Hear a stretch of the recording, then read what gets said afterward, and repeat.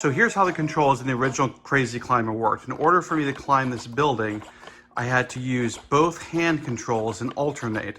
So for example, for me to go up, I had to hold up on the left while pushing down on the right, and then alternate that back and forth. And then to move from side to side, I had to push both controllers either to the right or to the left. So left, both controllers to the left, both controllers to the right. If I moved only one, I only moved halfway. So once again, I'm just alternating back and forth to be able to climb up the building with these controls.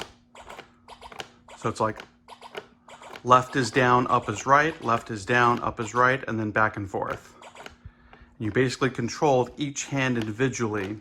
And this was the control mechanism that basically made Crazy Climber Crazy Climber. Without that control mechanism, you're basically not playing Crazy Climber anymore. You're basically just playing like I'm going up a wall and avoiding things that are falling on me, which is closer, I guess, to a game like Fix-It Felix or something, but it's certainly not Crazy Climber. And again, to climb, your hands had to be on the windowsills.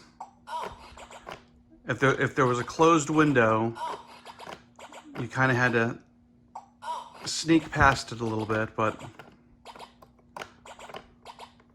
the other thing is too, is like you notice that when I get a pot dropped on my head, if I'm holding up on the left and down on the right, or, oops, but if I basically hold the alternating directions when a pot gets dropped on me, the pot will basically just fall off of my head and I'll be safe.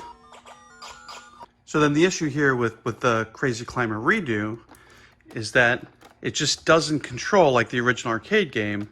And I really feel that most people backing, a Crazy Climber Redo would at least expect that. So for example, to move left and right, you just press left and right on either one of the two controllers and your character moves back and forth. But to move up the building, you have to do this kind of press up. So it's up and then up, up and then up, up and then up, up and then up. And there's no feedback or animation on the character the first time you press up to let the player know that you've done anything. So this is actually even less intuitive than the arcade version, which I admit the arcade version was pretty difficult to figure out. But this just doesn't play or feel anything like the arcade version. And there's no mechanism to not get hit by the falling pots, which basically just seem to fall wherever you're at. And if you give it like 5 seconds or so, they just come right at you. There's no warning or anything like there is in the original arcade version. Here, like, look, I'll move over here, maybe like 1, 2, like, yep. Move over here, 1, 2, 3, yep, there it is. So it literally just falls in whatever area you're in. And the way I play it, I just push up on both of the controllers. But this is, it looks great. I mean, this game looks like the arcade version, but it plays absolutely nothing like it. I mean, the main, what makes Crazy Climber is the control mechanism, and without that control mechanism, this game is not Crazy Climber. And I hate to say it, but this is not Crazy Climber. I mean, I'm literally just pushing up on the controller and avoiding stuff. I mean, I think if this actually had the mechanism, the proper control mechanism, which if you look in like the Famicom instructions, it details it out for you. I mean, I know this is in Japanese, but it's pretty, like there it is right there. It tells you exactly how this is supposed to work. And then if you play it, this is the other thing I was trying to figure out. Let me just reset it. But if you play it just in the single controller mode, then it just, I mean, like I said, it looks great, but now it's almost like too easy. You literally just push up and there goes the character. I mean, this is no longer Crazy Climber. Like I said, it's just moving up a wall and avoiding things that are falling on you.